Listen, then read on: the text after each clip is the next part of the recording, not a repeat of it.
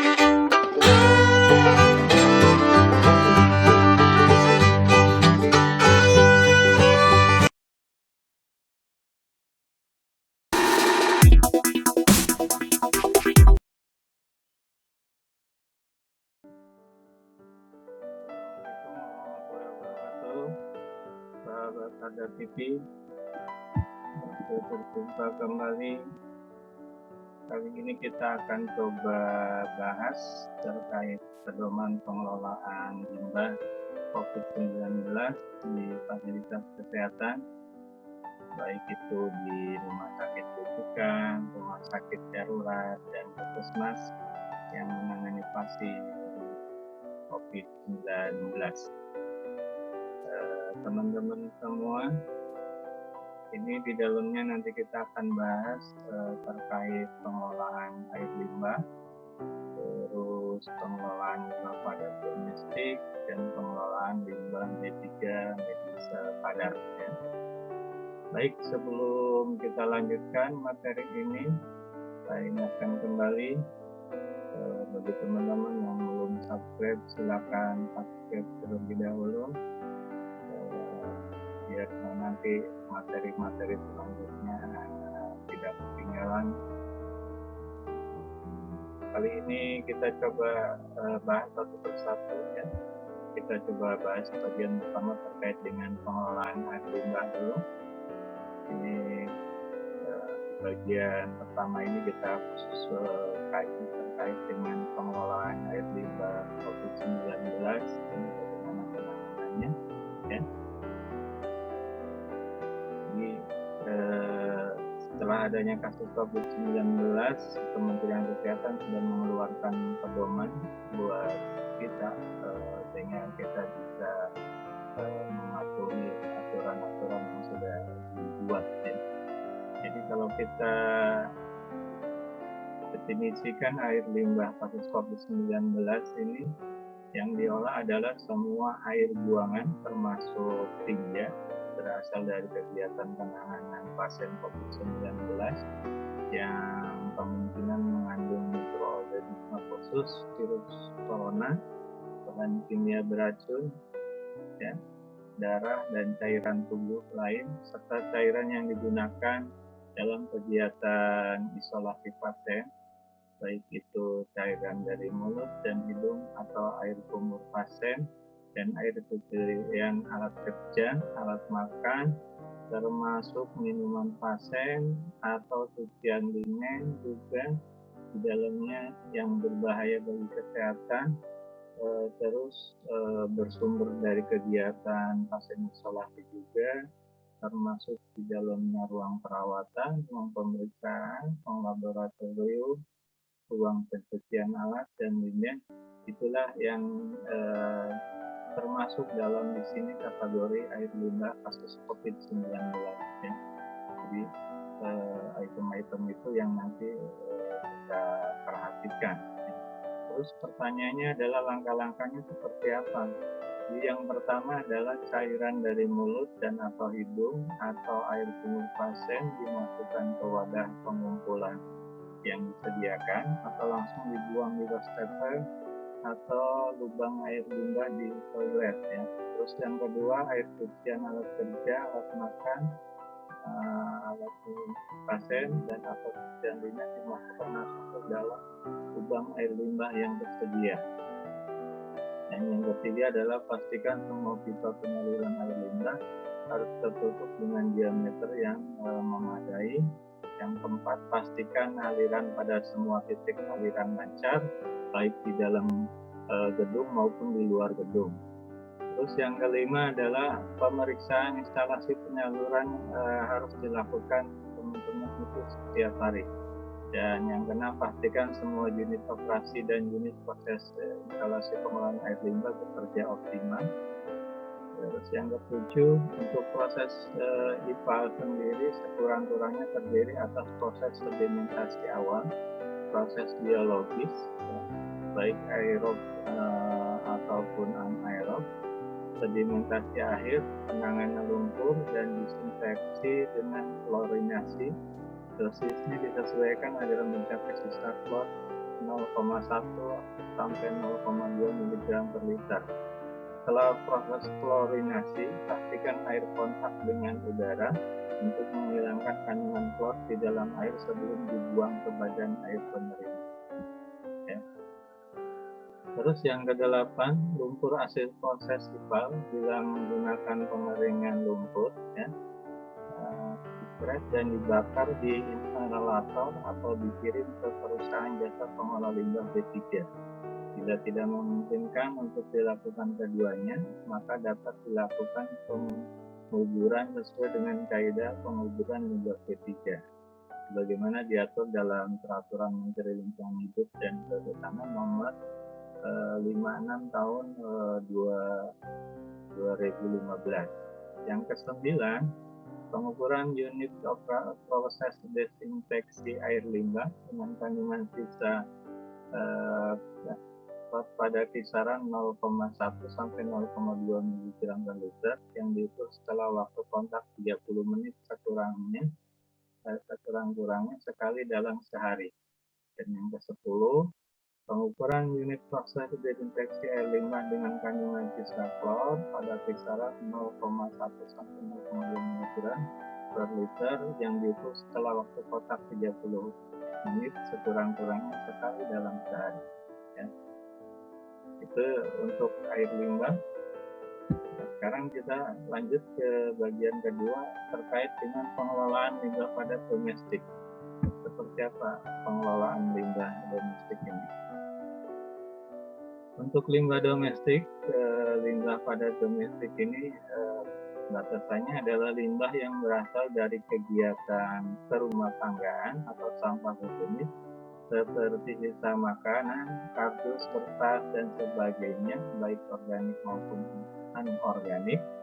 Sedangkan limbah padat khusus meliputi masker sekali pakai, sarung tangan bekas, tisu atau kain yang mengandung cairan atau droplet hidung dan mulut. Terus diperlakukan seperti limbah B3 infeksius, ya. Nah, langkah-langkahnya adalah yang pertama, sediakan 3 wadah limbah padat domestik di lokasi yang mudah dijangkau orang. Seperti biasa ya, ada wadah untuk limbah padat organik, anorganik, dan limbah padat khusus untuk masker sekali pakai, sarung tangan bekas, tisu, kain yang mengandung cairan droplet, baik dari hidung maupun dari mulut. Terus yang kedua, wadah tersebut dilapisi dengan kantong plastik dengan warna berbeda sehingga mudah untuk pengangkutan limbah dan pembersihan padat. Saya kira ini teman-teman sudah biasa dilakukan. Terus yang ketiga adalah pengumpulan limbah dari wadah dilakukan bila sudah 3/4 penuh atau sekurang-kurangnya sekali dalam 24 jam. Jadi ingat ini bisa kalau sudah 3/4 penuh itu kita angkut atau juga sekurang-kurangnya itu kalau dalam 24 jam itu kita harus sudah dikumpulkan. Terus pengumpulan limbah padat pada wadah khusus ini dilakukan bila sudah 3/4 atau sekurang-kurangnya sekali dalam 6 jam. Dan yang kelima adalah petugas pengumpulan limbah harus dilengkapi dengan masker, sarung tangan, sepatu boot, dan apron. Ya. Terus yang keenam, petugas pengumpul sampah khusus harus dilengkapi dengan sarung tangan, sepatu boot, atau pokoknya APD lengkap ya. Terus yang ketujuh, ini terkait pengumpulan dilakukan buka tutup tempat sampah, ikat kantong pelapis dengan membuat satu simpul, terus masukkan kantong tersebut ke wadah untuk diangkut.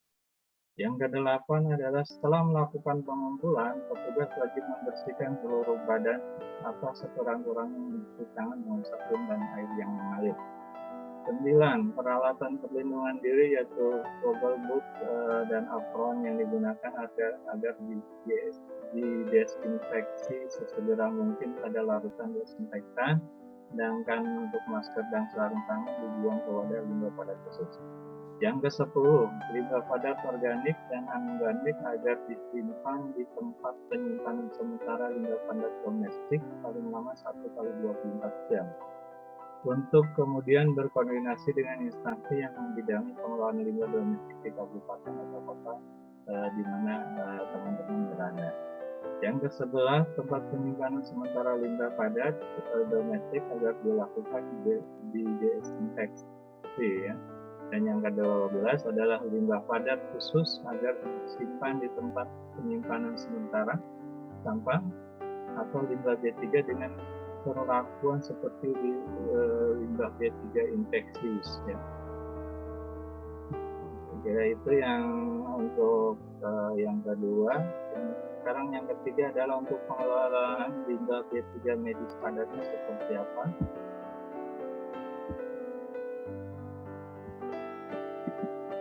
Limbah B3 medis padat adalah barang atau bahan sisa hasil kegiatan yang digunakan kembali yang berpotensi terkontaminasi oleh zat yang bersifat infeksius atau ada kontak dengan pasien atau petugas di Pasienkes yang menangani pasien COVID-19.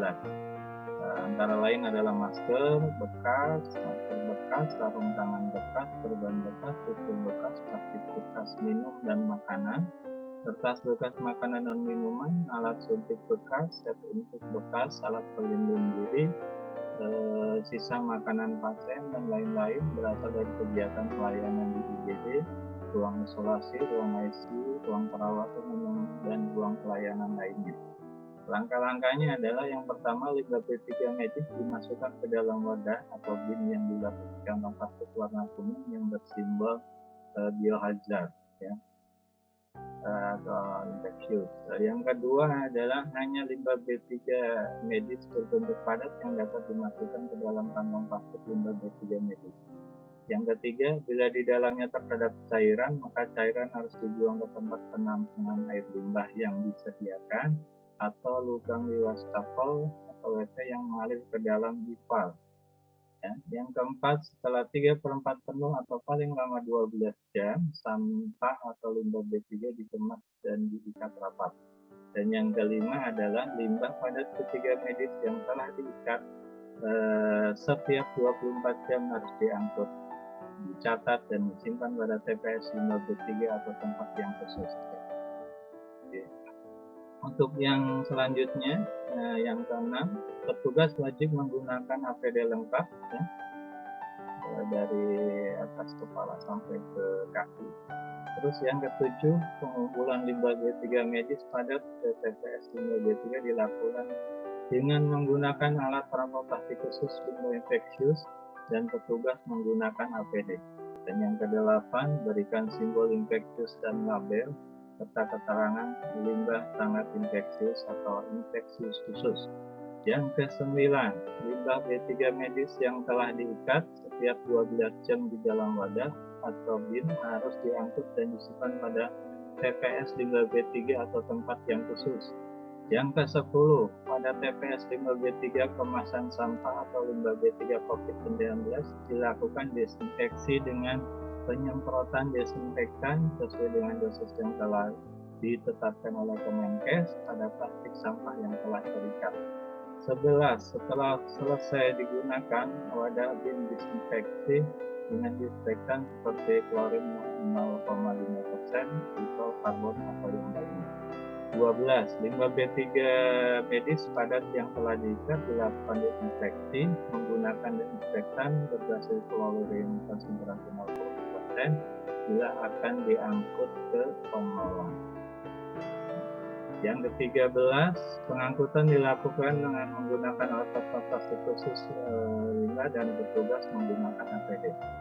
Yang ke-14, petugas pengangkut yang telah selesai bekerja melepas APD dan segera mandi dengan menggunakan sabun antiseptik dan air mengalir. Yang ke-15, dalam hal tidak dapat langsung dilakukan pengolahan, ya, maka limbah dapat disimpan dengan menggunakan freezer atau cold storage yang dapat diatur suhunya di bawah 0 derajat Celcius di dalam TPS. Yang ke-16, melakukan desinfeksi dengan disinfektan klorin 0,5% pada TPS limbah B3 secara menyeluruh sekurang-kurangnya sekali dalam sehari.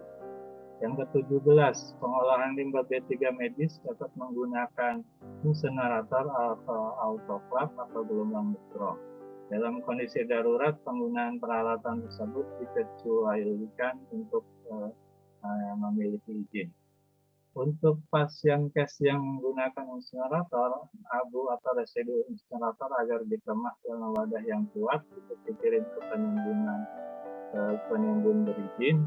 Bila tidak memungkinkan untuk dikirim ke penimbun berizin, abu atau insinerator dapat dikubur sesuai konstruksi yang ditetapkan pada Peraturan Menteri Lingkungan Hidup dan Kehutanan nomor 56 tahun 2015. Untuk pasien case yang menggunakan autoklaf atau gelombang mikro, residu agar dikemas dalam wadah yang kuat, residu dapat dikubur dengan konstruksi yang ditetapkan berdasarkan Peraturan Menteri Lingkungan Hidup dan Kehutanan nomor 56 tahun 2015. Terus yang terakhir nomor 20, untuk pasien case yang tidak memiliki peralatan tersebut dapat langsung melakukan penguburan dengan langkah-langkah sebagai berikut. Pertama, limbah diinspeksi terlebih dahulu dengan disinfektan berbasis klor 0,5%. Limbah dirusak supaya tidak berbentuk asli agar tidak dapat digunakan kembali. Terus yang ketiga, dikubur dengan konstruksi yang ditetapkan pada Peraturan Menteri Lingkungan Hidup dan Kehutanan nomor 56 tahun 2015. Jadi itu teman-teman, ini yang terkait konstruksi tadi untuk penguburan sesuai Peraturan Menteri Lingkungan Hidup seperti tampak di gambar ya. Jadi nanti kalau teman-teman ingin mendapatkan detailnya bisa tulis komentar di bagian komentar tayangan video ini ya. Nanti bisa kirim ke WA saya akan balas, nanti saya kasih gambar detailnya ya. Terus pengolahan juga dapat menggunakan jasa perusahaan pengolahan yang berizin dengan melakukan perjanjian kerjasama pengolahan jadi seperti biasa, tapi dengan catatan yang jelas ya. Pengolahan harus dilakukan sekurang-kurangnya 2 kali 24 jam. Timbulan atau volume limbah P3 harus tercatat dalam logbook setiap hari. Memiliki mindset limbah P3 yang telah diolah, terus melaporkan pada Kementerian Lingkungan Hidup dan terkait jumlah limbah P3 medis yang dikelola melalui Dinas Lingkungan Hidup provinsi atau kabupaten atau kota. Jadi itu teman-teman yang bisa saya berikan untuk kali ini ya. Jadi silakan teman-teman pelajari. Jadi sekali lagi, bagi yang belum subscribe dulu, dan bagi yang mau mendapatkan kopian dari pedoman ini bisa tulis komentar ya. Nanti bisa kontak ke WA saya, nanti saya akan kirim file. Saya kira itu yang bisa saya berikan untuk pertemuan kali ini ya. Termasuk nanti di dalam file itu ada contoh manifest limbah P3-nya seperti apa, teman-teman bisa lihat. Saya kira itu yang bisa saya share untuk pertemuan kali ini. Jangan lupa yang belum subscribe terlebih dahulu, dan silakan yang mau salinan tulis komentar, dan jangan lupa untuk share ke media sosial teman-teman semua agar tayangan materi ini dapat dinikmati oleh sebanyak-banyaknya orang. Saya kira itu yang bisa saya berikan untuk pertemuan kali ini. Kurang lebihnya saya mohon maaf. Assalamualaikum warahmatullahi wabarakatuh.